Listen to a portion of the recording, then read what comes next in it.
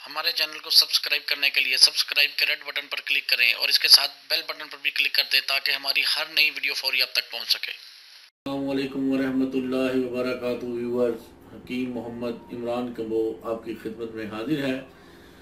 Viewers, आज के जो टोटके या नुस्खे पे बात करने से पहले तमाम व्यूअर्स एक मेरी रिक्वेस्ट सुन लें, एक मेरी क्लैरिफिकेशन एक देना चाहता हूँ। बेशुमार लोग अक्सर कमेंट्स में गिला करते हैं, जी कॉल नहीं करते, हकीम साहब अच्छे तरीके से बोलते नहीं हैं, हकीम साहब जनाब कॉल पे हमारी पूरी बात नहीं सुनते। व्यूअर्स, सबसे पहले तो आप देखें कि डेली हर पोस्ट पे कितने कमेंट्स होते हैं, हर वीडियो पे कितने कमेंट्स होते हैं। इन कमेंट्स का जवाब मैं दुआ खाने के किसी जो लड़के हैं उनकी ड्यूटी तो नहीं लगा सकता।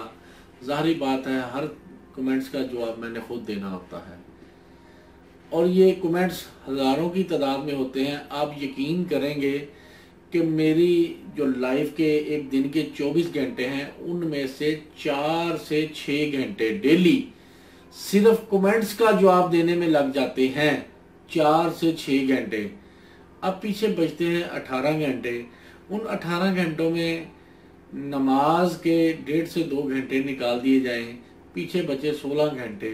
इन 16 घंटों में मैंने सोना भी है, खाना भी है, उसके बाद अपने जो दीगर मामलात हैं ख़ानदान के, फैमिली के, वो भी अदा करने हैं और इसके साथ साथ आप लोगों की कॉलें भी सुननी हैं, व्हाट्सएप पे भी जवाब देने हैं। मुझे ये बताएं, फेसबुक पे भी हमारा सेटअप है, उधर भी लोगों के कमेंट्स के जवाब, लोगों के मैसेजेस के जवाब। अब मुझे ये बताएं कि अगर किसी को जवाब लेट मिल जाए या को मेरा भाई या मेरी को बहन या मेरी बेटी को मुझे फ़ोन करे और फ़ोन करने के बाद वो एक्सपेक्ट करे कि मैं 5 से 10 मिनट सिर्फ उसी ही की कॉल सुनूंगा, तो बताएं मैं कहाँ जाऊं, मैं क्या करूं। तो इसलिए बराए मेहरबानी अगर किसी को कमेंट्स में जवाब लेट मिले या कॉल पे पूरी बात ना हो सके तो वो गिला ना करे, दोबारा फारग टाइम देख के कॉल कर ले। मैं खुद यकीन करें, ये पिछले 5-6 माह से मैं खुद, मेरी लाइफ बहुत ज़्यादा डिस्टर्ब हो चुकी है कि मैं सही तरह ना तो सो पाता हूँ, मेरी आंखों के हल्के ये देख लें आप बढ़ गए हैं, ठीक है। मैं फैमिली को टाइम नहीं सही दे पाता, मैं दुआ खाने पे मरीजों को, दुआ खाने के जो मरीज हैं उनको टाइम नहीं सही दे पाता।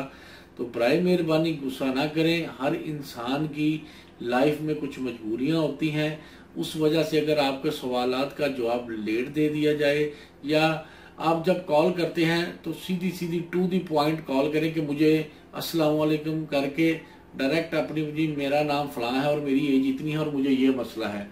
इधर उधर की बातों से सीधी टू दी पॉइंट बात करें, इंशाल्लाह टू दी पॉइंट फौरी ही आपको जवाब मिल जाएगा। तो बराए मेहरबानी अगर किसी का दिल दुखा हो, अगर कोई मेरी किसी सख्त बात से उसकी दिल आज़ारी हो तो मैं on the video live sorry करता हूँ, इसलिए कि मैं किसी का दिल नहीं दुखाना चाहता। अल्लाह ताला आपकी जो प्यार मोहब्बत है हमारे साथ इसी तरह सलामत रखे। तो बराए मेहरबानी यार गुस्सा गिला ना करें, ये छोटी सी मजबूरी आपको बता दी है, समझने वाले यकीनन समझ जाएंगे। तो आते हैं आज के जो नए टोटके या नए नुस्खे की तरफ। तो व्यूवर्स, बेशुमार मेरे जो व्यूवर्स हैं, जो हमारे प्यारे भाई हैं, मेरी माएँ हैं, बहनें हैं, बेटियां हैं, वो अक्सर ये सवालात करते हैं कि जैसे ही खाना खाते हैं तो ऐन मैदे और जिगर के मुकाम पर दर्द होना शुरू हो जाता है खाना खाने के फौरी बाद। तो इसका कोई इलाज बताएं, इसका कोई टोटका बताएं। अगर पानी भी पिए तब भी पेट के जो है जिगर और मैदे का मुकाम फौरन उधर दर्द होना शुरू हो जाता है। कोई चीज़ खाएं, कुछ पिए। तो व्यूवर्स, इसकी 3 से 4 वजूहात होती हैं। नंबर 1 कि आपके मैदे में बहुत ज़्यादा तेजाबियत होती है, जो ही खाना जाता है मैदे के अंदर वो तेजाब फौरी अपना अमल शुरू करता है और खाना तेज़ी से तेजाब के अंदर फूलता है हजम होने के लिए, तो दर्द शुरू हो जाता है। नंबर 1। नंबर 2, मैदे का मुंह सूजा होता है जिसे फमे मैदा कहते हैं।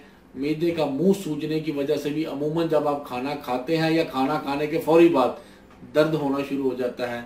नंबर 3, जिगर के अफाल दुरुस्त ना हो या जिगर की सोजश जिसे हेपेटाइटिस भी कहते हैं, उसके मसाइल की वजह से भी अमूमन जिगर के मुकाम पर दर्द शुरू हो जाता है। जिगर के अफाल दुरुस्त ना हो या जिगर ज़रूरत से ज़्यादा एंजाइम ब्लड में शामिल कर रहा हो या तेज़ी से कर रहा हो या स्लो कर रहा हो, उस वजह से भी जब खाना जाता है तो जिगर की तरफ से भी एंजाइम ब्लड में शामिल होने होते हैं और उसके अफाल की सुस्ती की वजह से तब भी जिगर के मुकाम पर दर्द शुरू हो जाता है। ये थोड़ी तफसील इसलिए बता रहा हूँ ताकि आप लोगों को समझ आए कि ये दर्द किस वजह से होता है।